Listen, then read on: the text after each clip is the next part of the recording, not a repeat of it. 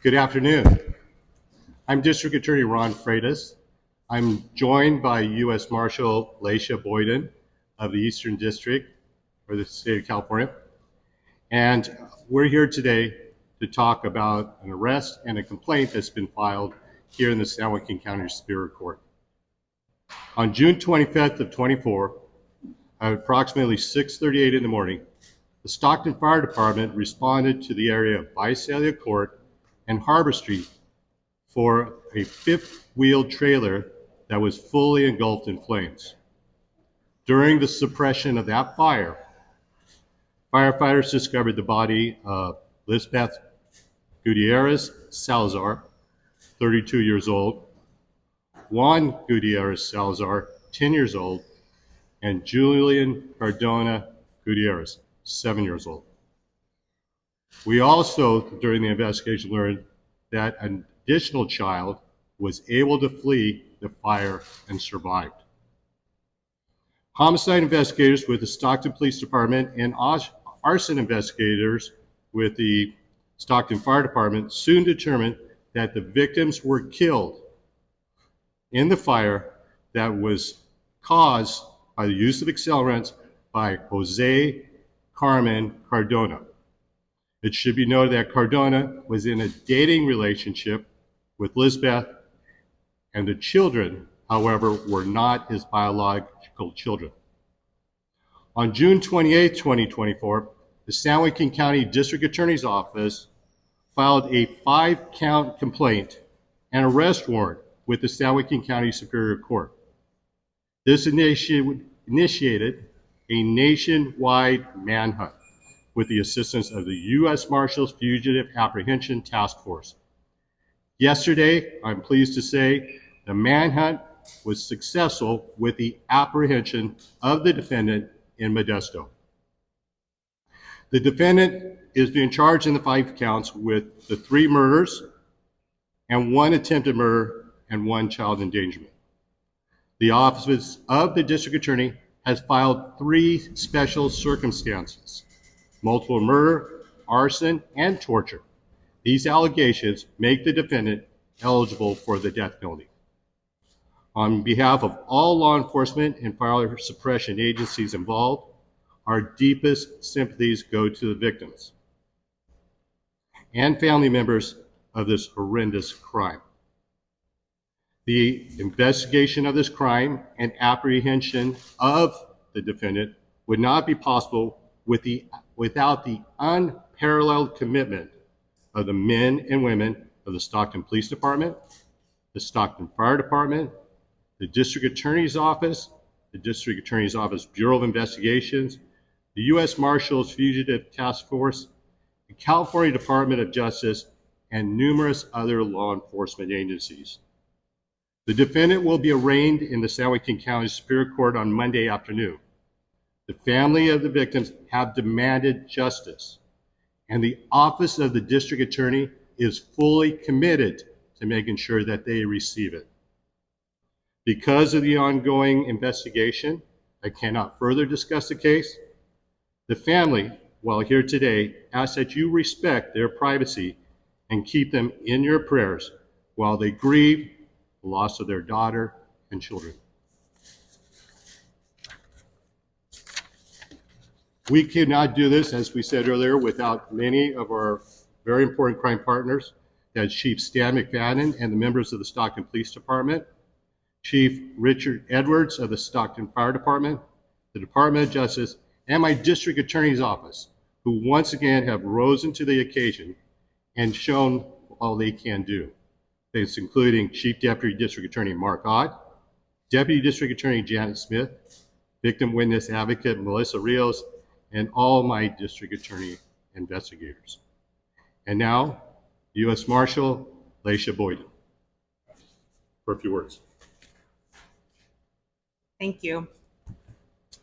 Good afternoon.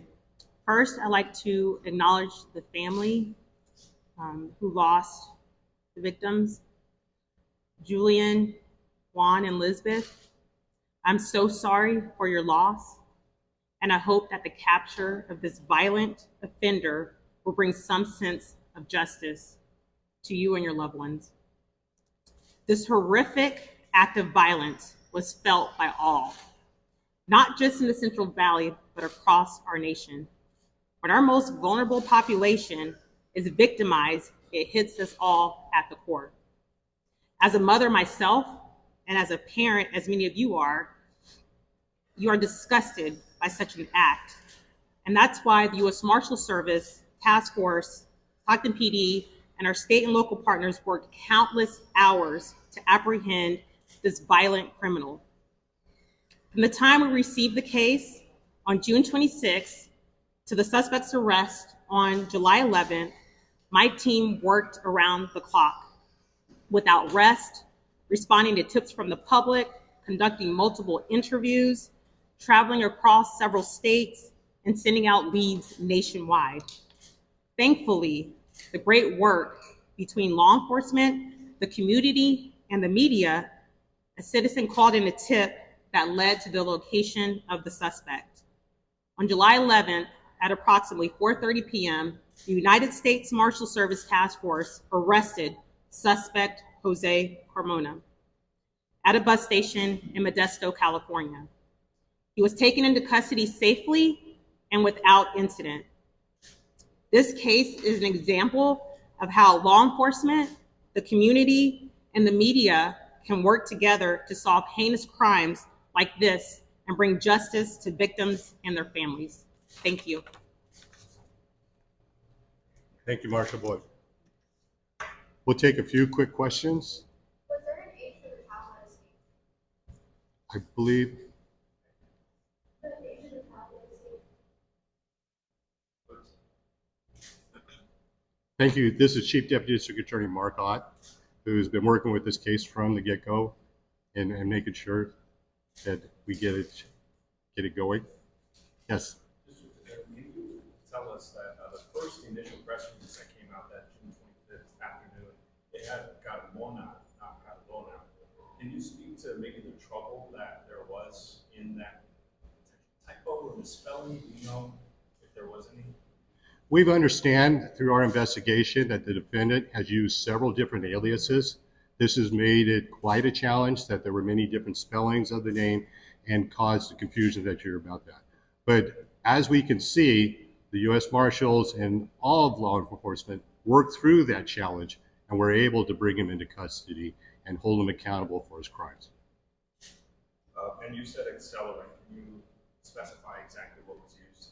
To make sure that there's a fair trial in these proceedings, I'm not going to go into specifics as to the events. We would like, those will be developed through further proceedings, and we'll be speaking to that more at a later time. But thank you.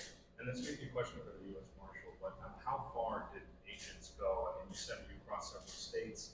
Did you guys go to Mexico potentially? How far did agents have to go?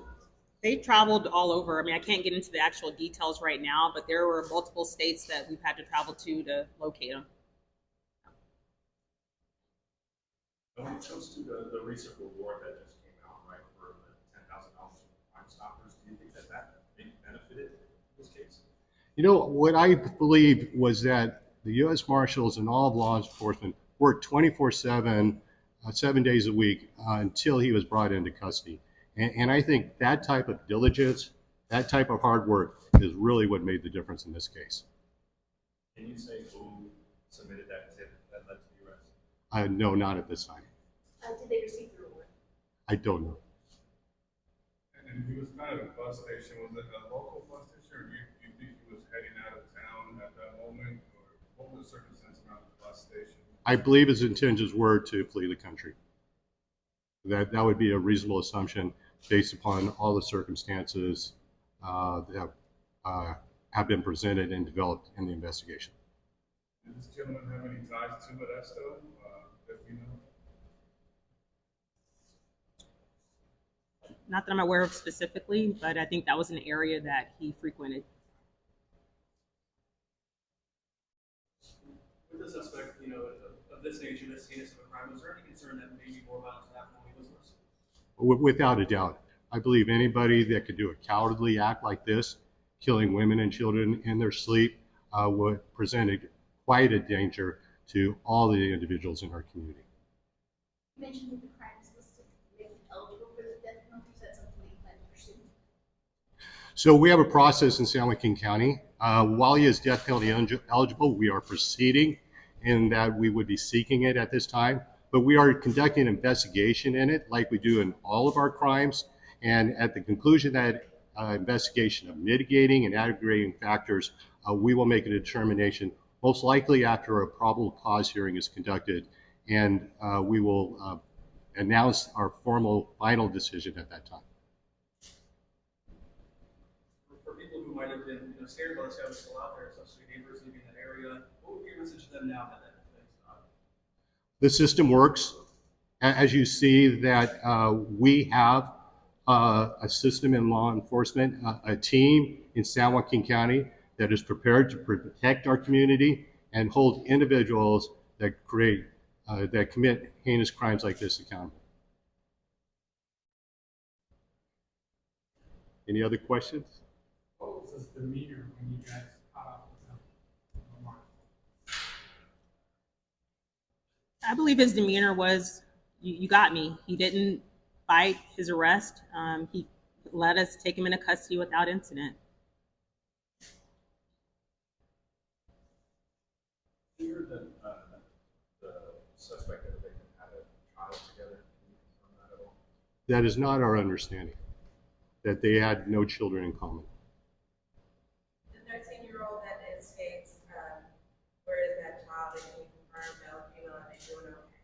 Out of respect for the family's privacy, we're not going to be discussing that at that time, but should it become necessary, we'll definitely provide more information.